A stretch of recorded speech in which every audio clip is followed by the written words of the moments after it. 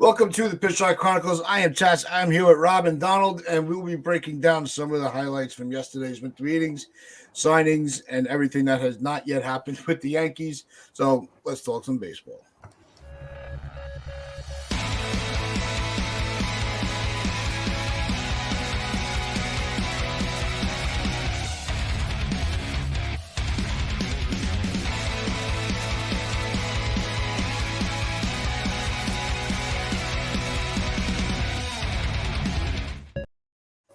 First of all, can we just stop this idea that from Madden, from the New York Daily News, that how this was a dumb signing?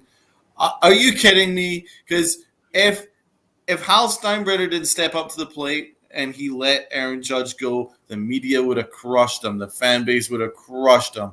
Give me a freaking break, dumb signing. Because if the Giants signed him, it would be all how great the Giants owner is, how amazing the Giants are. Or if you went to the Padres, all the Padres are winning. The Padres are spending. What's happened to the Yankees? Don't give me this idea that there's some kind of mixed narrative going on where whatever the Yankees do is just flat out wrong. They're damned if they do, damned if they don't. Well, here's the reality. They balled out. They got Aaron Judge. It was a baller move. The boss showed his stones and got the job done. I'm going to pass this off to Rob because we didn't see Rob's reaction to Aaron Judge signing. How are you feeling today, my brother? I'm excited. I'm very, very happy about it. I was thrilled yesterday. I woke up and I was like, I don't think I should go back to sleep because I feel like something's going to happen. And then I saw the tweet that Judge was back, and I texted you guys immediately in the group. And I was like, he's back. That's the only thing I just said. I said, he's back. And I was excited. It was funny because the day before, when everyone was losing their minds, thanks to Arson Judge, I was not going nuts. I was surprisingly calm, and I almost scared myself. I was like, why am I so calm right now? Because I felt like I was accepting it. Either that I was accepting that we were about to lose him, or that because it was Heyman that put out the tweet, and it wasn't Morosi, it wasn't Passan, it wasn't Jack Curry, who's usually always top of the list when it comes to Yankee news. I'm like, I think we're getting him back. And I was like, let me just wait and see. But I was also accepting. I was like, if we lose him, let's just move on quickly. And then Michael Kay said, no, the Yankees are still in it. The news was coming out that the Yankees are not out of this thing yet. And then they got him. So I was just like, maybe it was good to stay calm for once, because like the collective Yankee Twitter was pretty much in flames. Ever seen the GIF where the guy walks in with the pizza and he's like, everything's just burning around him? That was basically me going on to Twitter because I was at work and I see Twitter just going nuts. Like, oh my God, I can't believe. I was like, what the hell happened? That was John Heyman checking his Twitter mentions. Specifically because of arson. Yeah, it was all arsons. And then, also Chris mentioned in the chat, he said Coke Hamels instead of Cole Hamels, like years ago, where he, instead of putting hashtag huge hits, he put huge tits. So he's constantly messing things up, but I'm not surprised it was Heyman. But no, I'm thrilled he's back, and everyone's saying that the Yankees, this is going to be a terrible contract. If it was any other team that signed him, I'm echoing. If it was any other team that signed him, they would have been laughing at the Yankees. Like, you couldn't bring back your own guy, you'll never be George. And now Hal does exactly what his father would have done, and that's stupid. I don't get it. It's annoying. Hal Steinbrenner, I think I'm happiest for him about this whole thing because he's been getting crushed for no real reason. You know, it's mostly all Cashman, but Hal Steinbrenner knocked it out of the park, man. I'm very, very happy for him. He did. Like, listen, he obviously took the bull by the horns. I think he sidelined Cashman. I think he was like, I need to do this myself if I'm going to get this done at all. And he got the job done. He channeled his father, but he also did this for his family legacy too. Because, I mean, I know that it hurt him to be booed as vociferously as he was on several Yankee Stadium days. And Derek Jeter did say, hey, listen, you guys better be cheering for him. And we didn't understand quite what he meant at the time, but you kind of see that I think that the fans humbled him a little bit, and he's like, shit, I got to be a bit more accountable here. Yeah. And he he showed what you need as an owner. He got it done. He got in touch with Aaron Judge. Obviously, he was hearing the news about San Francisco, in touch with Aaron Judge. He's like, "Do you want to come back?" Aaron's like, "Yeah, but I'm getting far more elsewhere." And he's like, "Well, what do we need to get this done?" Like, that's a boss thing. What do we need to do to get this done? He's like, "Well, add another extra year," and he's like, "Done." Now that's a baller move. It's a baller move. It really an offer he couldn't refuse. No, that's what we were having a lot of fun with that yesterday with all the Godfather references, But I want to thank you everybody in the chat. Good morning, everybody. I want to jump to this comment because our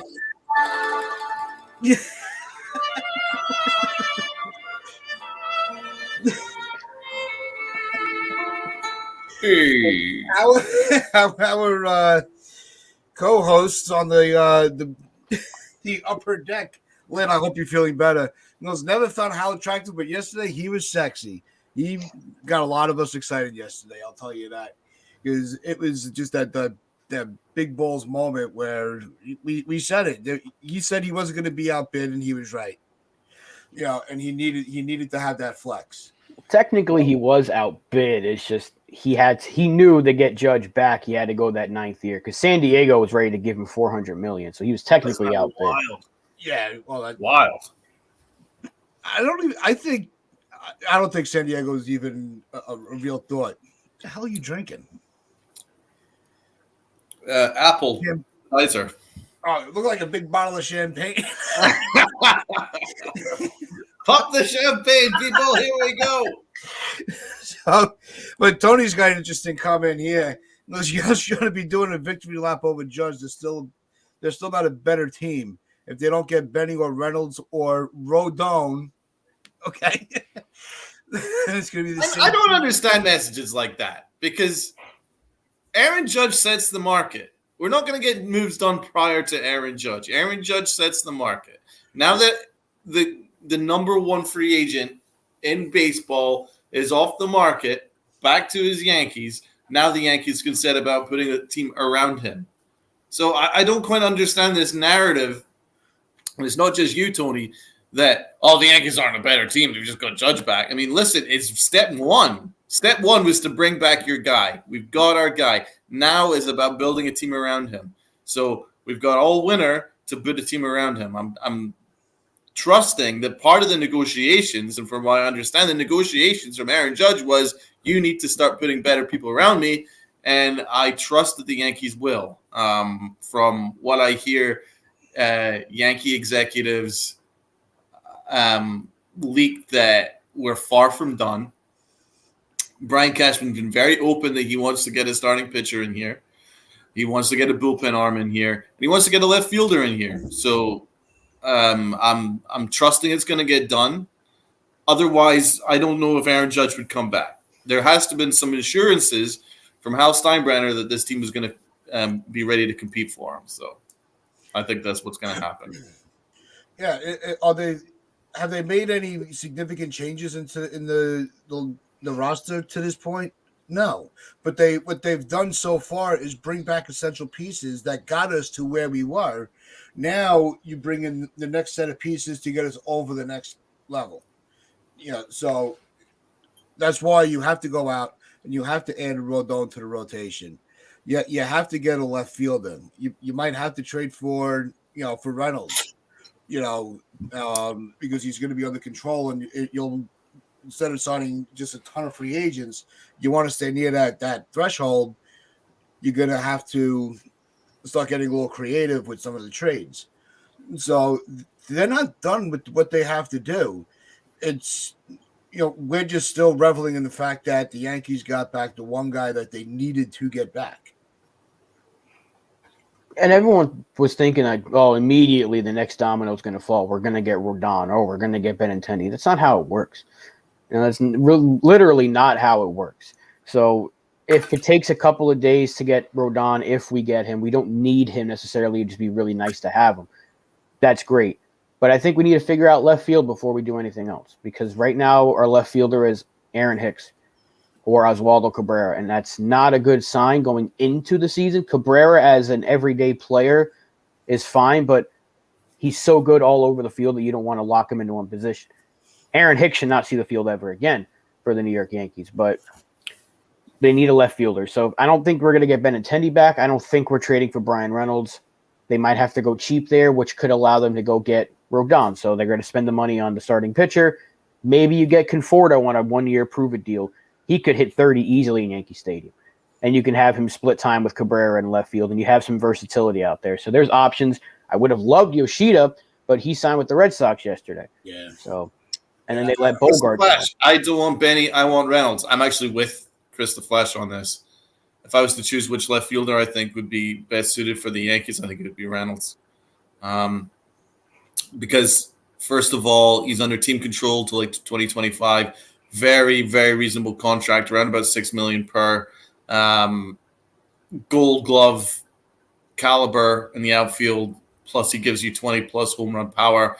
The Yankees were struggling for power this year outside of Judge and a little bit of Stanton and Rizzo. I think they need another power bat in there that can consistently put up 25 to 27 home runs a year. I think that would be Reynolds. I do love contact hitters, so obviously we'll need some contact hitting too, but I want Reynolds in there. I would love Reynolds. Elliot has woke up and shows violence this morning. I completely disagree with the view that Tony holds. Oh, poor Tony. What was the alternative to not get him? Does that make the Yankees better? Well, he's right. No, if the Yankees weren't able to pull that deal off, they are not a competitive team in this year at all.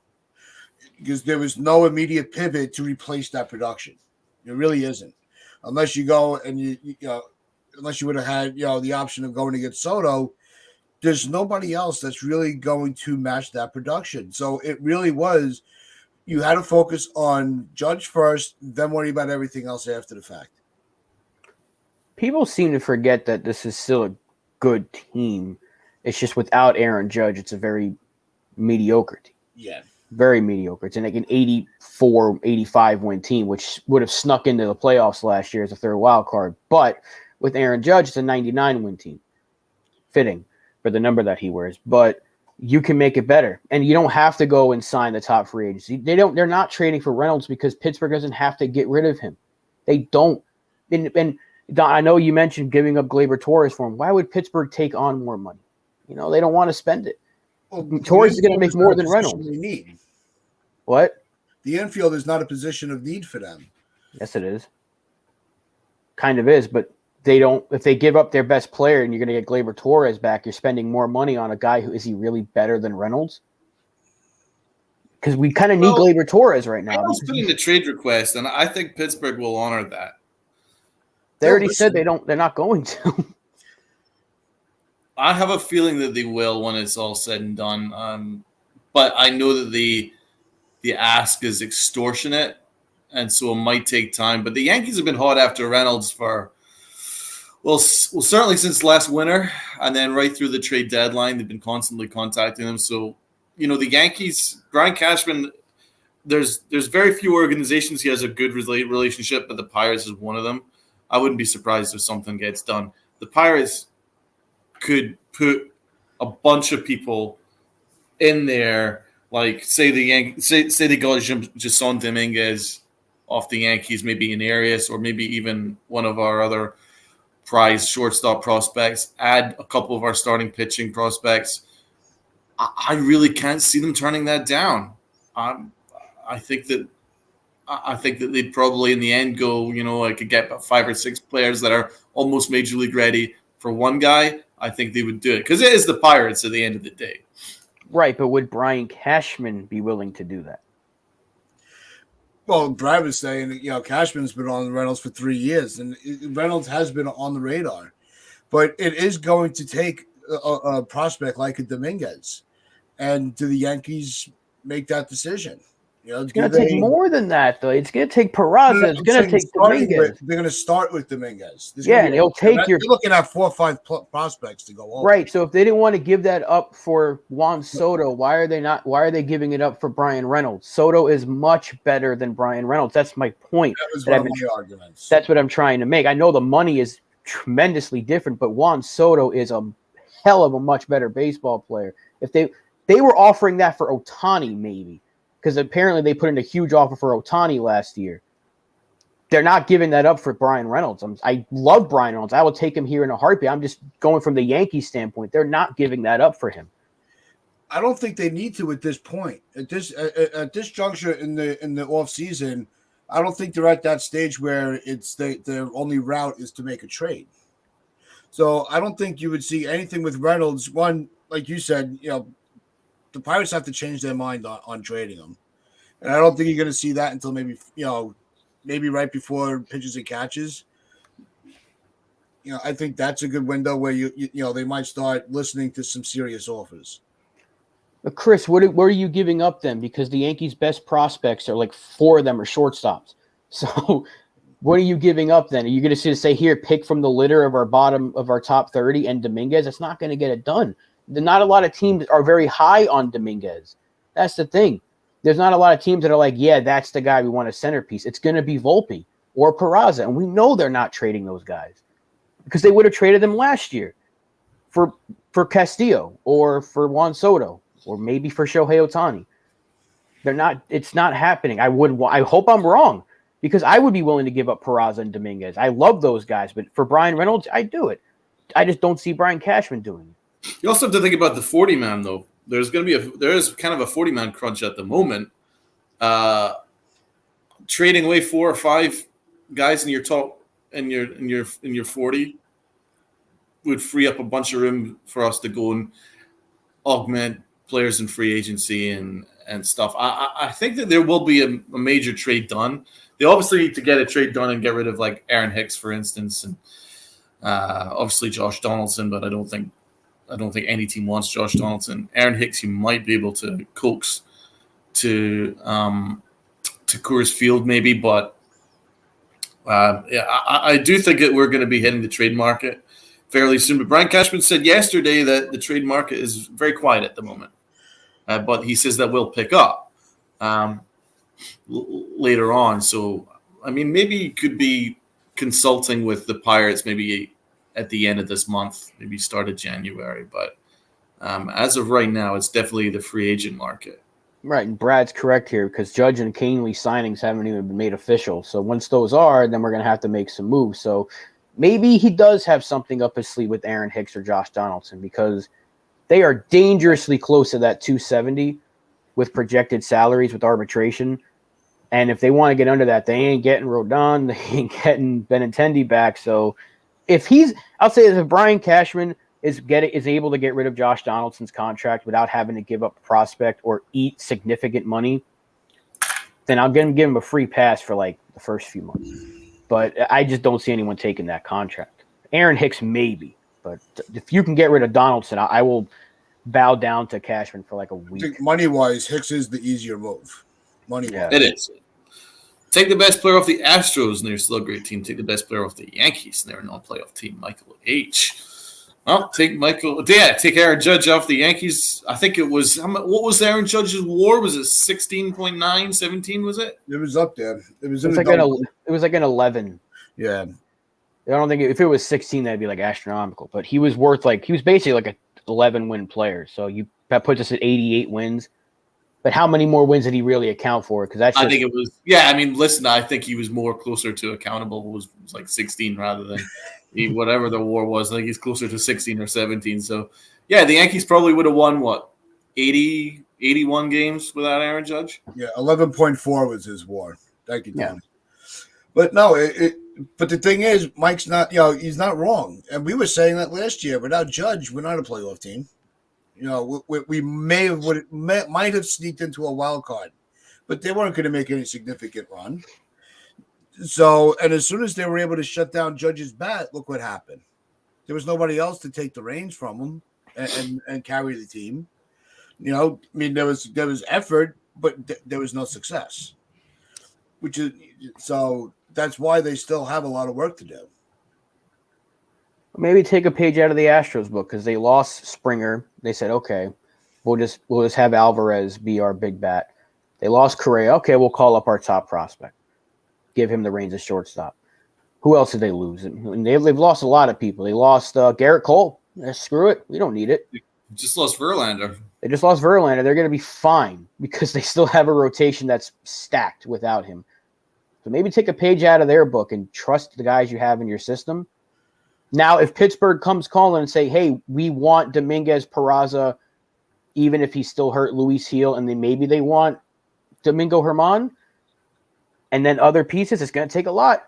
And the Yankees say yes, okay, I'll say Cashman, at least you're going for it because you know you need the position, which tells me shortstop, guess who's going to be there next year? Isaiah Kiner-Falefa. Just saying, be ready for it if they get rid of Peraza, because it will take a shortstop, Chris. I know you're saying we have Pereira and Dominguez, but that is not enough to get a Brian Reynolds because they don't have to trade him. Brian Reynolds got his 3 years of very, like Donald mentioned already, his contract is ridiculously cheap for a player of his caliber. Yeah. Pittsburgh can literally go the route and say, we'll keep him for this year and maybe next year. And if we can somehow get competitive like the way Baltimore did with a lot of these young pieces, we don't have to move him. Maybe they even think about extending him. Now, if they keep losing, then next year could be the time to trade him. Because if he plays better next year, teams are going to come calling even more ferociously. Because he's coming off of a pretty down year compared to the season he had before. Yeah. Well, it also comes into a fact that the faction that are a percentage of the fans going to be patient when the prospects get called up. As much as we're begging, we want to give these kids a chance. A lot of us, if they struggle right away, see, this is why you should trade them when you had the chance, rather than letting them work out. They're not going to give them the time to adjust to the major leagues. Look how they screwed up Florial is a good example of that. We were all saying, why are we using Hicks when we have Florial? But they bring in Florial, they play him for a game, he struggles. The fans are going, oh, this is what we waited for. They sit him on the bench for a week and send him back down, and the guy never gets a chance to adjust. I mean, if we're not patient with the guys we wanted to see, then who are we going to be patient with? Because we all wanted Peraza and they wouldn't play him. So if we start the season with Peraza at shortstop and people are like, oh, this guy isn't that good, I don't want to hear it because we all wanted to see him. I think the fans will be patient with a guy like Peraza when Volpe comes up. We were patient when Torres got called up, and he was our top prospect. They were like, it was like 3 games in, and he was kind of struggling. And people were like, dude, he's 3 games in, give him a chance. And then he had a great 2018, a great 2019. So you just got to, be patient. Houston, let Pena work through whatever struggles he had. The Rays, they traded Adames and let Wander Franco work through his struggles at the major league level. Teams do it. The Yankees can do it. I would like to see them do it because I know they're not signing a shortstop because now Bogarts is off the market, Turner's off the market. I don't see them going after Correa at this point. So it's an open competition at shortstop. They have about 2 guys that should be there, and that one guy is going to be in that conversation because they just can't get away from him at that position. But it's going to be about a 3-person race in the spring. Yeah. So Rodon's birthday is this weekend. Could be a nice birthday present. That'd be a nice payday for your birthday. I'll tell you that. That'll be better than your grandma. Rodon. I said Rodon. Rodon. That's what I said. He said Rodon. It's Rodon. Whatever. You know what I'm talking about. Jesus Christ with this pronunciation. I can't help my accent. I can't change it. Better than Rondon. At least he's not saying we're getting Hector Rondon anymore. So we've upgraded. Not picking on me for no reason. I couldn't help it. You were calling him Rondon for months, and I was like, please stop. Oh, God. Hey. Right. So let's get into the Rodon talks because from what I hear, the Yankees are hot after him. Curry's saying that the Yankees really want him. They're going to town on him. So what would it take? What kind of years would you be willing to give for Rodon? He wants 7. That was what they said. Yeah. I mean, look, you gave Cole 10, knowing damn well those last 4 years at minimum are going to be dreadful. Rodon has been very healthy the last 2 years, and he's been one of the better pitchers in baseball. He is a legitimate number 2. I can say that about Severino, but there's question marks about his health. I don't know if Nestor can repeat what he did last year. I hope he does. Rodon's a perfect number 2 because if you go into a playoff series and say you got Cole, Rodon, Sevy, Nestor, you're putting yourself in a very good chance to win. So I would go 7. I think Chris is good with the 6-180 there in the comments. He said 6 for 180. I say 6 years. That's a fair number too with the 6 years. Yeah. But if you have to go 7 just to get it done, you're seeing teams give out that extra year a lot more. The Mets gave Verlander a 3rd year, and he's pushing 40. They gave Scherzer 3 years, and he is 40. Scherzer's about to be 40. They gave Phillies gave Turner 11. The freaking Padres just gave Bogarts 11 years, didn't they? I know. Whatever it was. The years are crazy. 11 years, man. I would go 7. Yeah, 6 or 7, like Brad said. If the 7th year is what it takes, then so be it. Really? Oh, I don't know. I wouldn't go 7 for Rodon. I would What's cap one more it year? 6. What's one more year though? They did 6 for DJ, and that looks like it's going to bite us in the ass. But sometimes you got to do it. You got to do it just to get it done. When they went 9 to get Judge back, they went 10 to get Cole in. They said that extra year you'll have to pay for it down the road. But if he's good for the first 4 years of that contract, again, in 4 years, with inflation of the way contracts are paid out, if you're paying Rodon $30 million where he could be making like 40 on the open market, maybe it's not the worst thing in the world. I don't know how many teams would actually even go over 3 for Rodon with his injury history. I think 5 is fair with a team option 6 or a player option 6. The option years seem to be, that's where those extra years are coming into play, and I think I think Rob's right. It's gonna, they might have to throw an extra year in just to, entice them away from signing somewhere else. They're gonna have to do it. So you might have to see, if you're saying 5, it might have to be 6, it might have to be 7. But it all depends on, the market. There's no point bidding against yourself. Huh? There's no point bidding amongst yourself, so you have to gauge the market. We're not hearing from anybody else right now. We're just going by what they're, Mm-hmm.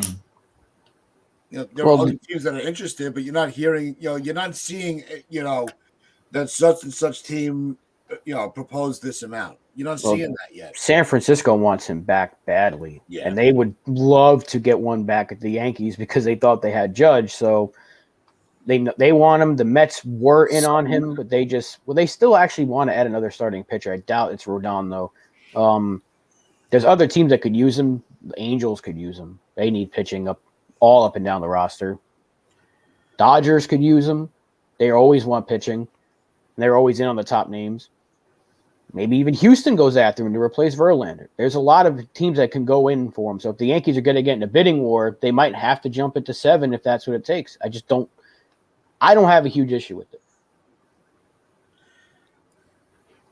They have to do, I said yesterday that I thought that Rodon would have been done by midnight. I thought it was that close, because of the way I thought the Yankees were going to make another big splash within the first 24 hours of Judge. Maybe today's the day. I don't, you don't know. You don't know what other, how his agents might be talking to multiple teams at the same time. So it gets tricky when you're not there. It'd be really nice if one of us was at the winter meetings to catch, to catch all the news breaking. I think we'll find out today. I think it'll be some point today because yesterday Bob Nightingale says Rodon will likely happen in the next 48 hours. So that was yesterday. So I think that there's a good chance that we will see. And the 48-hour window they gave on Judge was pretty close. So that 48-hour window of when deals are coming could be pretty good. What's going on, Hector? And guys, if you are not, I know a lot of you in the chat are not following Yankees Morning Brew, jump over and check out their channel after our show. It will be lit. His channel is awesome. Lit. That's my new favorite word. Right.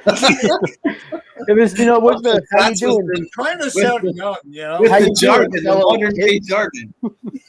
It's the Steve Buscemi meme. How you doing, fellow kids? That's Bobby Tats using the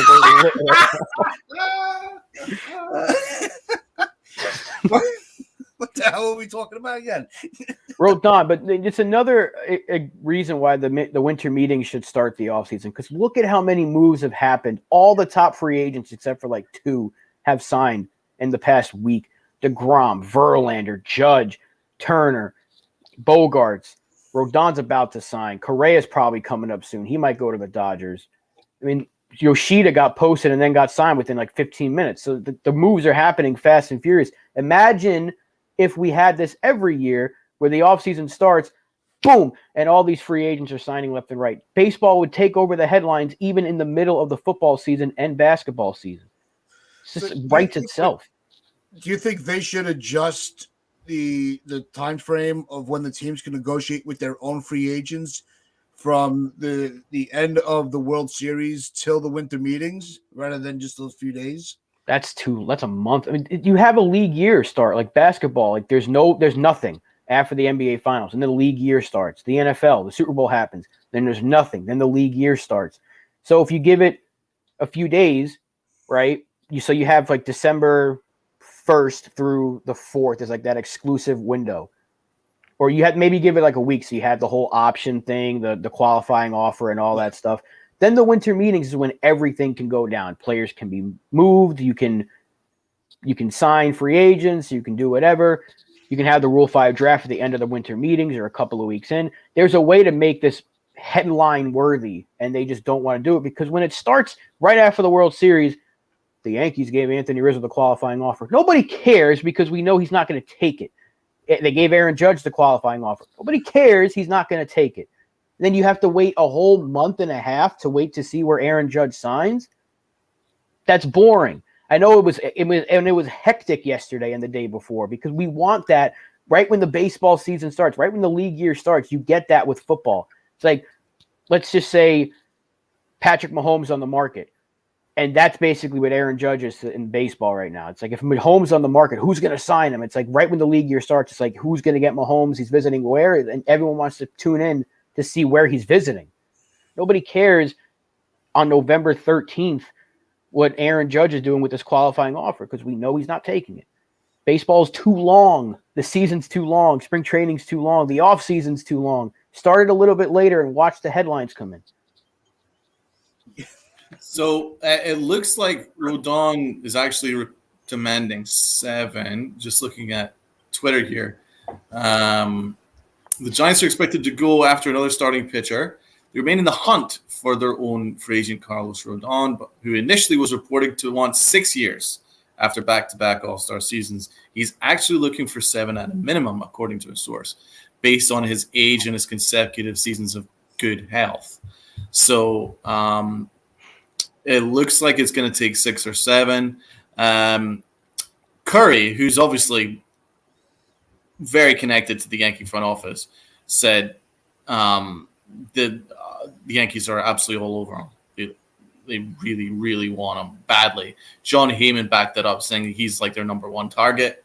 Is he sure? Trying to do whatever it takes to get rid of him. You better fact check that first. What's that? Heyman better fact check that first before he says anything. Because he's just, he doesn't have the most credibility in the last, 2 days.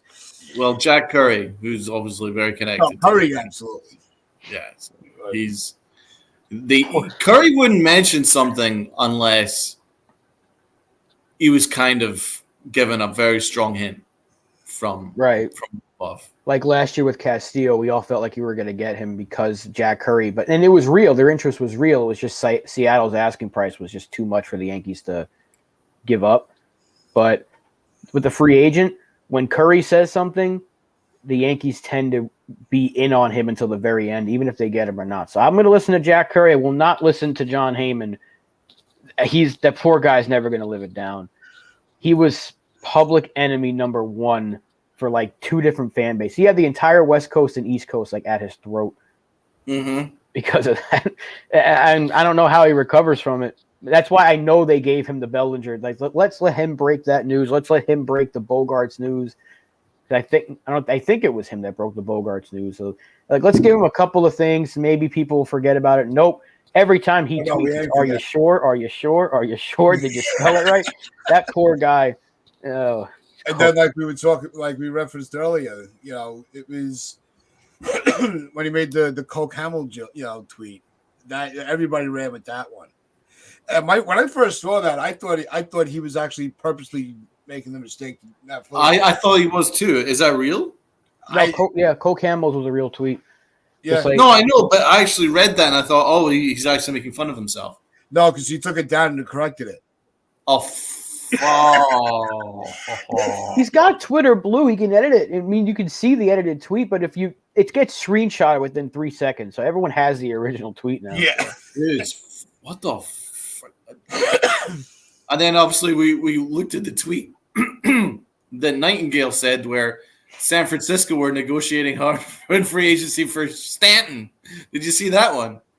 Yeah, I saw that one. And then Joel Sherman yesterday said John Heyman discusses John Heyman on their podcast, which they were talking, and they were talking about Aaron Judge. So it's like these guys are constantly making, and it's always the same three. It's always Heyman, Sherman, who conveniently have a show together, and Nightingale. Like those three are always making mistakes on their tweets, and so it's just perfect that the two of them are on the same show. They've been hitting the hotel lounge hard. They've been hitting something. I don't know. They've been hitting the hotel lounge pretty freaking hard from the sounds of things. FJ, we still have the same basic team with a higher payroll and down one starting pitcher. If the Yankees add no one else, this offseason is a failure. Give it time, F.A. Give it time. Tranquilo. It's been 24 hours. Less than 24 hours since we signed Aaron Judge. What do you want? There's still a lot of time on the clock. A lot of time. If the offseason ended today, that'd be a problem. But it doesn't. This is part of the problem with what's going on, Luca. This is part of the problem with the offseason itself. My co-host, my man. That it's so damn long. You'll get like we're seeing now. You'll get 2-3 days with a big burst of all these signings, and then it'll relax. Teams will reassess what their situations are, what moves they still need to make. So you'll see that we're going to go back into a quiet period where nothing happens, and then you're just going to see it player by player start to trickle out in a few weeks. So this is the same thing every year. How many times are we sitting there? 2.5 months of the offseason, exactly, man. It's not like NFL and NBA free agency where it's like everything's done with basically within 15 minutes of free agency opening. It's a long haul. What I will give Judge credit for is, look, I'm in the wait and see mode right now. I'm not confident in Cashman, but allow myself to be proven wrong. We still need a starting pitcher and an outfielder. Yeah. And I think it's going to take a lot of patience, and we're going to have to wait. But the moves will happen. Will we like them all? Probably not. But he's going to make adjustments to this roster. There's a good chance that Rodon's done and dusted not long after this podcast ends, and then suddenly it's a different narrative next week. So let's just I'm actually pretty confident. Aaron Judge was the first domino to fall. He sets the market. Well, you notice as soon as Aaron Judge went, that's when signings started to go off the board like that, right? He sets the market. So now we will start to see a lot more movement. That's just the way it goes, man. When your number one free agent goes off the market, he sets the target. And now there'll be a lot more movement. You've seen Bogart sign for 11 years. You're seeing dudes come off the board like nothing on earth now. I think Correa will be next, and then Rodon, Correa. Correa should sign very soon, but he might go back to Minnesota. He might go to LA. Moves are going to happen. Chris is talking about Gary Sanchez. Oh God. Oh yeah. But This is Rob's guy. I'm going to leave it to Rob for this one. Yeah, apparently, he's blaming the Yankees for the emotional baggage that was left and why Gary can't get a contract. am still a Gary Sanchez fan. I liked him. I was a huge fan of him. I followed him the second we signed him way back when he was like 16 years old. And I'm like, this kid's going to be great. And he was great for like 2 years. And then they screwed with him like they do with most prospects. And he just never recovered. He had a good half a season in 2021 and then fell off the cliff again. Yeah. He needed to leave. It was not the Yankees' fault that it was technically their fault for the way he struggled because they screw with him. But the emotional baggage part, can they stop blaming the Yankees and the Yankees fans for everything? Because he played with Minnesota last year, and guess what? Wasn't very good. So if they're going to blame the Yankees for 2022, that's just stupid. If he played with us last year and then no one signed him, it'd be like, okay, maybe he's emotional or he's just going through this stage where he's just feeling kind of depressed. I don't want to throw that word out there, but you never know. He didn't play with us last year. He was a Twin, and the Twins stunk. They were expected to go all the way in a lot of people's minds. They didn't even make the playoffs. So maybe, just maybe, blame the fact that the Minnesota Twins were a very bad team and they're just not that good of a team, even though they had expectations. Stop blaming us for everything that happens. Gary Sanchez, I love you, but his agent is completely out of line. He's way out of pocket. He's off the rails. Maybe he's hitting the same stuff that Heyman and Sherman are, because that was an absolutely ridiculous thing to say. How can you blame the Yankees, who haven't had Sanchez for a whole year now, for what happened, the fact that he can't now get a contract? He hasn't played with us for a year. He hasn't been good for a very good amount of time now. It's not the Yankees' fault. He needed to produce. He didn't. That's just a simple fact of it. He didn't Gary produce. Sanchez is why Gary Sanchez doesn't have a lucrative contract. There's Yeah. no one else to look at. Gary Sanchez is why Gary Sanchez didn't get his contract. It starts with, it obviously has been a long time coming. We know that Joe Girardi had a hard time getting through to him, but he worked very, very hard with him, improved his defense, and held him to account. But the Yankees didn't want that to happen to Sanchez, so they allowed Sanchez to have an easy ride of it. But then they started messing around with him with various guys messing with his catching stance, and then it all fell apart from there. So the Yankees didn't help him. The Yankees can't develop anyone at major league level. Once they reach the major league level, that is a well-known fact. But Sanchez's attitude, and also I just don't think that he was cut out for the melting pot in New York. It's I think that the way the fans went after him, I don't think he liked it. I don't think he could deal with it. But I mean, that's the expectations. If you play like SHIT, then you're going to face up to the reality of the situation, and I don't think he could. He didn't progress as much as he was expected to, but at the same time, the Yankees kept trying to change his delivery, his stance, they made so many changes he couldn't keep up with anything.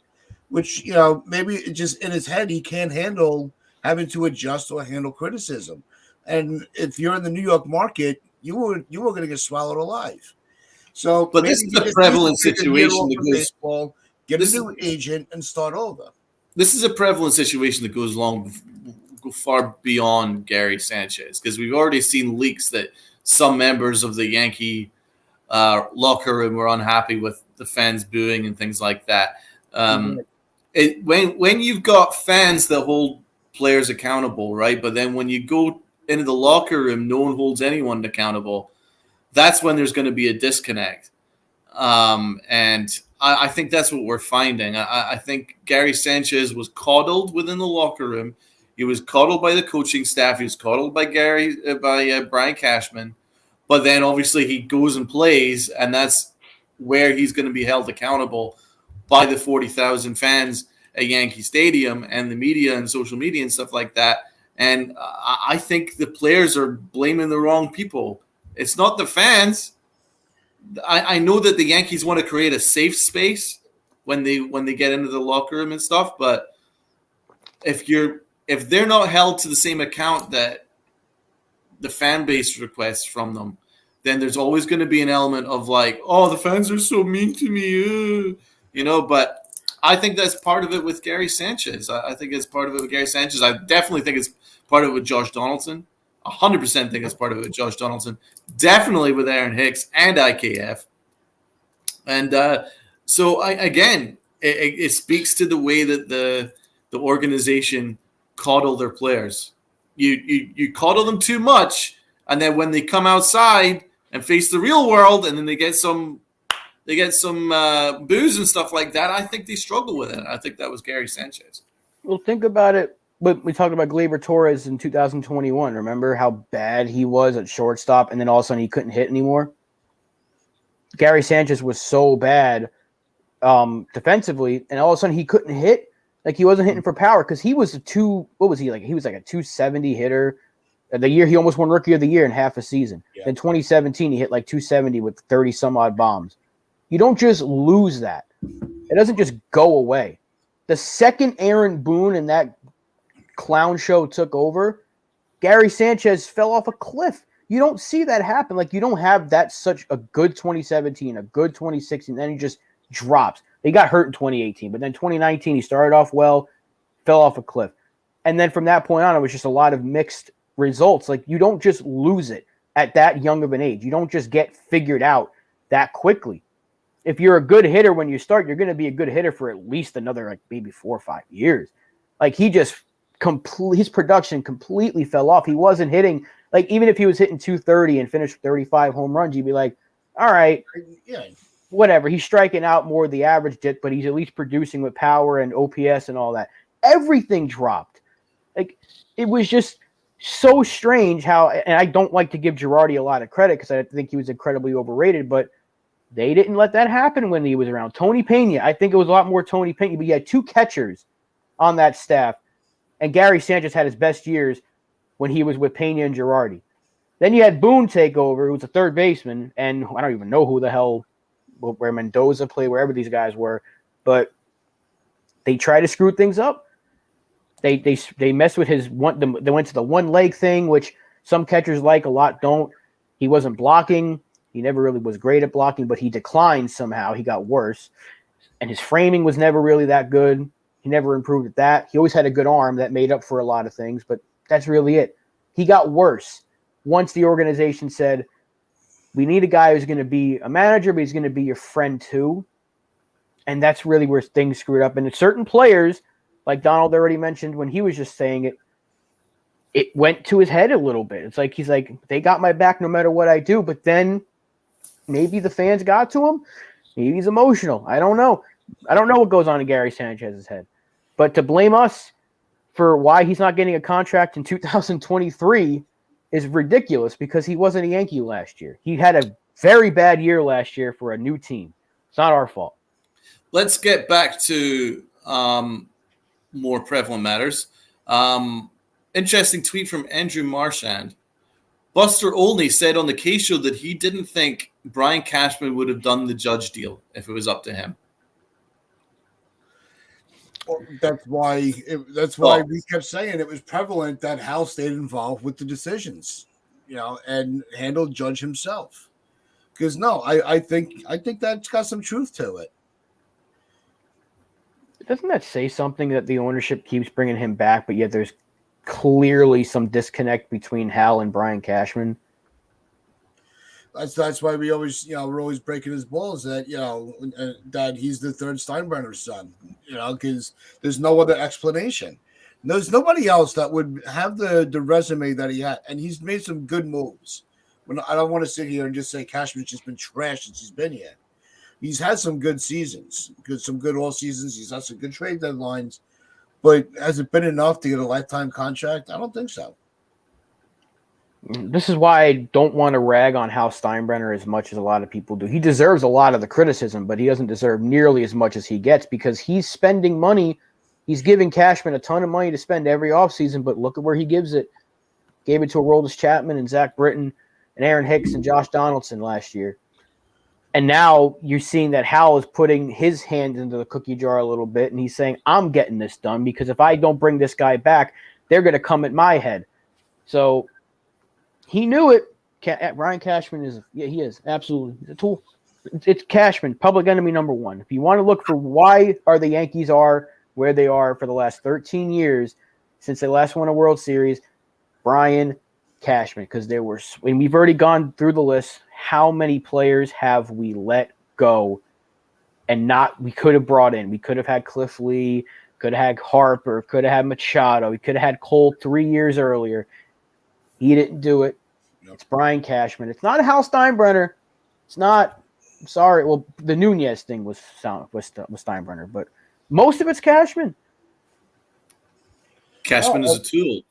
Big Hector. He's a weasel. Derek Jeter knows he's a weasel. That's why he doesn't have anything to do with him anymore. Posada is not a big fan of Brian Cashman. I think we could reel off A-Rod has no time for Cashman and vice versa. I think we can name a bunch of iconic Yankees that have absolutely nothing to do with our general manager of 20 plus years. That says something, especially a guy like Derek Jeter, who's very hard to piss off, considering how he's just been a Yankee through and through and just bleeds pinstripes. How does the current general manager that's been going for 2 straight decades have managed to disenfranchise the Mount Rushmore of Yankees? That concerns me. Derek Jeter said in the negotiations, listen, I'm not testing the market. I'm not interested in free agency. I'm not doing the best for my money, but I don't care. I only want to be a Yankee. Just out of respect for me, don't make it public. Brian Cashman was like, no problem. Leaves the office, makes it fucking public. That's a weasel. That is a straight up weasel, right? And then Aaron Judge is just like, please, let's not make this public, okay? I want to come back, but just don't make this public. Cashman's like, no problem. Walks outside, makes it freaking public. So this is a weasel right here. So yeah, there's no doubt that Aaron Judge probably wanted nothing to do with Brian Cashman when it came to negotiating, and vice versa, because of Brian Cashman's pride and because Aaron Judge released that Time magazine article for a reason. That article came out for a reason, where he said that he was angered by the way that the Yankees treated him last year. That came out for a reason. It had the Yankees absolutely spinning because Brian Cashman didn't know what was going on. Brian Cashman was apparently blindsided by that. He had no idea. He had no idea about this winter meetings thing going on. He didn't know that there was a chance that Aaron Judge was supposed to be on his way to the winter meetings. And the Yankees were panicking. I think Aaron Judge put together the most perfect free agency for someone who kind of wanted to make sure that the organization knew how much he means to that organization, and for him to give a little bit of payback for the way he was treated last year. And he did that in spades. And I tip my cap to Aaron Judge's agents because we had no idea what was going on. We didn't know. The media didn't know. John Heyman, Mr. Insider, didn't know. Most importantly, Brian Cashman didn't know. But I'm really glad. I'm really, really freaking glad that Hal Steinbrenner channeled his dad and got on the phone himself and stopped freaking around. He was just like, listen, do you want to come back? Do you want to be a Yankee? What's it going to take? He's like, yeah, I do want to be a Yankee. Well, let's get it done right now. That is a boss. So I have to give Hal Steinbrenner a ton of credit, because if it wasn't for Hal Steinbrenner, Aaron Judge would be in San Francisco right now. Yeah, so there's no doubt about it. Before we call it a day, I just want to say one thing to that. Thank God Hal's been more involved this year than in previous years, because this could have been just a disaster. This could have been a train wreck of train wrecks. And I think the fact that Hal has been more involved with where his money's going is why our optimism for this offseason is higher than it has been in the past few years. Yeah, because I think Aaron Judge, as part of the negotiation, said, we need to start putting some more players around me, and I'm pretty sure the Yankees will have to do that. But just to pick up on the earlier point, I do think there is a disconnect between Brian Cashman and the rest of the organization. If Brian Cashman isn't that interested in bringing back their number one player, but Hal Steinbrenner was all in, why did they give Brian Cashman 4 years? That's what scares me, man. I don't know. Was it, did it take so long because they were trying to see if there was somebody else out there that they trusted the business with and just didn't find anybody prevalent enough to do it? Or, I don't know. I wish we had an answer for that one because it really. I wasn't going to let that happen. Getting booed on Derek Jeter Day was enough for him. Yeah. I think it hurt him. That might have been the breaking point. I think Yankees, good to see you, my man. How are you doing? I would give Rodon 7 years, $30 million per year, 7 years, $210. Let's open up to the panel. Tats. If that's what it takes, I wouldn't be able to. This is a guy that we want. So if that's what it's going to take to get him, rather than him signing elsewhere, I think you pull the trigger on that. Rob. I think maybe if you give him that 7th year, if nobody else is, maybe you can lower the AAV a little bit, get it down to like 27, something like that. If you go anywhere from 27 to 30, that's fine. But yeah, I would give him 7. He's when he's healthy. I've been wanting this guy for a couple of years now. When he was a free agent last year, I wanted him. I wanted him at the deadline. Wanted him the year before. I like this guy. When he's healthy, he's really damn good. He's been healthy the last 2 years. So is there a risk? Yeah, but there's always a risk when you're signing any pitcher, especially a pitcher. Yeah. Always a risk. The Mets didn't care. They signed Verlander a year off of getting Tommy John, even though he won the Cy Young. Rodon is 2 years off of Tommy John. He's pitched really, really well for 2 straight seasons. So I don't think there's any more concerns with his arm. Knock on wood. If we get him, just got to hope that he can stay on the field because when he is, damn good pitcher. Clear cut. The only way I go up to 7 years is if they front load the contract in the first 5. And then the last 2 are very reasonable, like 16, 17 million per. Very easy to get out of if the Yankees are in a position where they need to. Because I am concerned about the latter part, like years 6 and 7. I wouldn't go much over 6, but if they front load it to the point where it's very easy to get out of or trade away in years 6 and 7, then I would certainly do that. Well, we'll see what happens in the next 24 hours with Rondon, what he gets, what other teams are going to be in the mix. No, I said I hope he signs. I think it's going to happen. Now, where he signs, that I'm not sure of. Judge Carter seemed like a bargain after Ohtani, and so do we eventually get $50 million. That's actually a good point. That is a very good point. But I agree, man. I'm in complete agreement. I think it was a great contract. I have no problem with it. I mean, he's going to be a DH by the latter part of his contract. But what a lot of people are remembering, or are forgetting, or weren't around for when the Marlins gave Stanton that contract. For what was it, $25 million a year for 10 years? They said that was the most ridiculous contract that baseball will ever give out. $25 million a year for a slugger like that is a freaking bargain now. And so the market adjusts itself where it levels itself out. So let's stop complaining about with the money. So it's not our money. Will Ohtani be in like 5 or 6 years when he's no longer a premier starting pitcher? He's going to be primarily a DH. You're going to be paying $50 million for just a DH. And by year 4 or 5. Ohtani might get 60 at this point.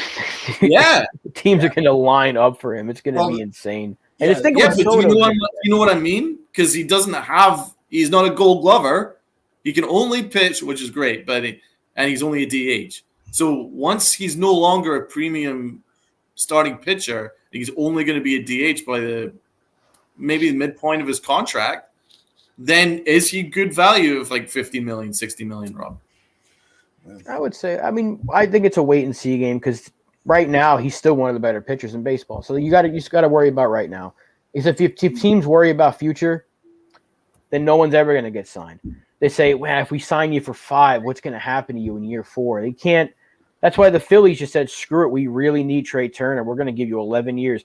You know how different our lives are going to be when that contract is over. So worry about it when you have to worry about it. That's why when people are like, how could you give him 9 years? He's going to be 40 when his contract. Who cares? It's not your money.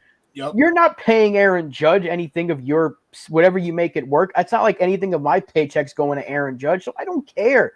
Let him. The man deserved his payday. And if they didn't sign him because of the years and the money, we'd be killing the Yankees too. Exactly. Like Donald opened up with, it's a damned if we do, damned if we don't. That's the whole situation that we're in. But Elliot actually comes to that point. He could not hide in his ivory tower from the fans if he failed to do that. That would be an impossible situation. I mean, yeah, exactly, man. He had to get it done. He's from a business sense in terms of ticket sales, jersey sales, and also from a winning perspective. You cannot tell the fans that the Yankees are the Yankees if you don't bring back Aaron Judge. They did the job. Good job. Very, very happy for Hal Steinbrenner. Very happy for the Yankees organization. It was a good day. A very, very good day. It was a good day, and I think there are better days to come. So, we'll just have to wait and see of who we get, who goes where, and what the options are after that. But that is going to wrap things up for us today. We do want to thank everybody in the comments. Lynn, Elliot, I keep calling him Elliot, Spencer, FJ, Brad, L.I. King, Hector. Just remember, Tony. on Sunday at Tony, the irrelevant fan. Tony and Luca.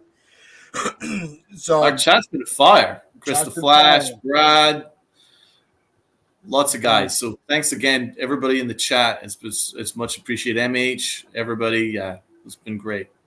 And tune in on Wednesday where Lynn and Chris will be back with the Upper Deck Show on Sunday at 11 o'clock. You definitely want to check that out. What? You said Wednesday. You said Wednesday. On Sunday. You said tune in Wednesday. Did I say Wednesday? I don't know what I said. No. John Heyman. Tune in. We're good on Wednesday. What day is it today? Tune in on Sunday. Just remember, wear your pinstripes with pride and play hard. We're better than Tats does. Bring Rodon home.